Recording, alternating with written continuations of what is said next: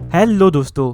तो दोस्तों transformers rise of the beast movie release हो चुकी है और अगर आपने मूवी देखी होगी तो हो सकता है कि इस मूवी को देखने के बावजूद आपने इस मूवी की कुछ हिडन डिटेल मिस कर दी हो। इसलिए आज की इस वीडियो में मैं आपको बताऊंगा इस मूवी के बारे में कुछ हिडन डिटेल। तो स्पॉयलर्स का ध्यान रखते हुए चलिए इस वीडियो को शुरू करते हैं। तो दोस्तों जैसे कि हम सभी जानते हैं कि इस मूवी की जो स्टोरी है वो एक बीस्ट वॉर नाम के ट्रांसफॉर्मर्स के कार्टून पे बेस है। लेकिन दोस्तों बीस्ट वॉर कार्टून से इस मूवी में काफ़ी सारे चेंजेस किए गए हैं। बीस्ट वॉर में ये दिखाया गया था कि जो मैक्सिमल है वो फ्यूचर से टाइम ट्रैवल करके पास्ट में आते हैं, जबकि इस मूवी में ये दिखाया गया है कि जो मैक्सिमल है वो एक दूसरे प्लेनेट पे रहते थे, जिसको कि जब यूनिक्रॉन डिस्ट्रॉय कर देता है तब वो अर्थ पे आके छुप के रहने लग जाते हैं। और हमने ये भी देखा है बीस्ट वॉर कार्टून में कि मैक्सिमल्स का जो लीडर होता है उसका नाम होता है ऑप्टिमस प्राइमल। लेकिन इस मूवी में ये दिखाया गया है कि मैक्सिमल का जो लीडर है उसका नाम होता है एपलिंक। लेकिन क्योंकि ये खुद को सेक्रीफाइस कर देता है तो उसके बाद ऑप्टिमस प्राइमल ही मैक्सिमल्स का लीडर बन जाता है। और भी काफ़ी सारी चीज़ें चेंज करी गई थी इसमें बीस्ट वॉर से। लेकिन दोस्तों एक चीज़ ऐसी है जिसको ट्रांसफॉर्मर्स की मूवी में कभी भी चेंज नहीं किया गया है और वो है ऑप्टिमस प्राइम की आवाज़। इस मूवी में भी ऑप्टिमस प्राइम की आवाज़ पीटर कलन ने ही दी थी, जो कि इससे पहले सारी मूवीज़ में ऑप्टिमस प्राइम की आवाज़ देते आए हैं। और इस मूवी में ऑप्टिमस प्राइमल की आवाज़ दी थी रॉन पर्लमैन ने। इन्होंने इससे पहले बीस्ट वॉर के कार्टून में भी ऑप्टिमस प्राइमल को अपनी आवाज़ दी थी।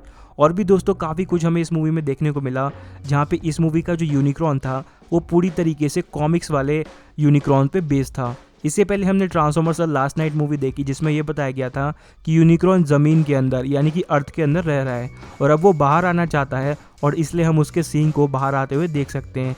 लेकिन इस मूवी में ये टोटली चेंज कर दिया गया और यूनिक्रॉन को कॉमिक्स बेस ही रखा, जहाँ पे कॉमिक्स में ये बताया गया कि यूनिक्रॉन बहुत ज़्यादा पावरफुल है, वो खुद भी एक प्लेनेट के साइज़ का है। और इसमें एक और चीज़ डाल दी गई कि यूनिक्रॉन एक प्लेनेट ईटर भी है, बिल्कुल गैलेक्टस की तरह मार्वल वाले। और भी दोस्तों बहुत सारी चीज़ें इस मूवी में चेंज करी गई। जैसे कि हम सभी जानते हैं कि ऑटोबॉट में एक ही फीमेल ट्रांसफॉर्मर है जिसका नाम है आरसी। और माइकल बे की मूवीज़ में आरसी बहुत ही ज़्यादा अजीब थी, जहाँ पे आरसी को अगर आप देखोगे तो ऐसा लगेगा कि वो तो विलन ही है। और इसी को देखते हुए इस मूवी में आरसी को काफ़ी हद तक चेंज किया गया है, जहाँ पे आरसी का जो लुक है वो 90s में आई ट्रांसफॉर्मर्स की मूवीज़ पे बेस करके बनाया गया है, ताकि आरसी को एक हल्का और अच्छा लुक दिया जा सके। और भी दोस्तों बहुत सारी डिटेल आपने हो सकता है इस मूवी को देखते टाइम मिस कर दी हो।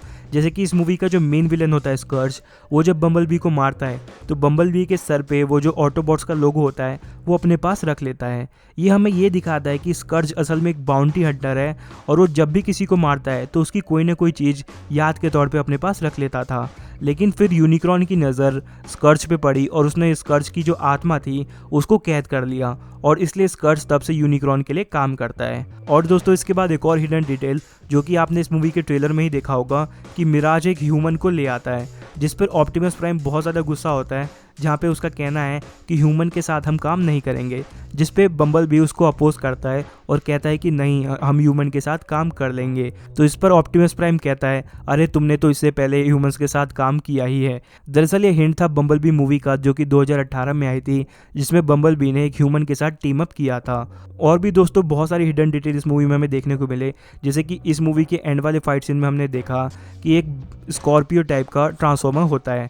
दरअसल ये हिंट है पुरानी ट्रांसफॉर्मर्स मूवी का, जहाँ पे ब्लैकआउट नाम का एक ट्रांसफॉर्मर था, वो भी कुछ इसी टाइप के स्कॉर्पियो जैसे ट्रांसफॉर्मर्स का यूज़ करता है और उनके साथ मिलकर लड़ता है।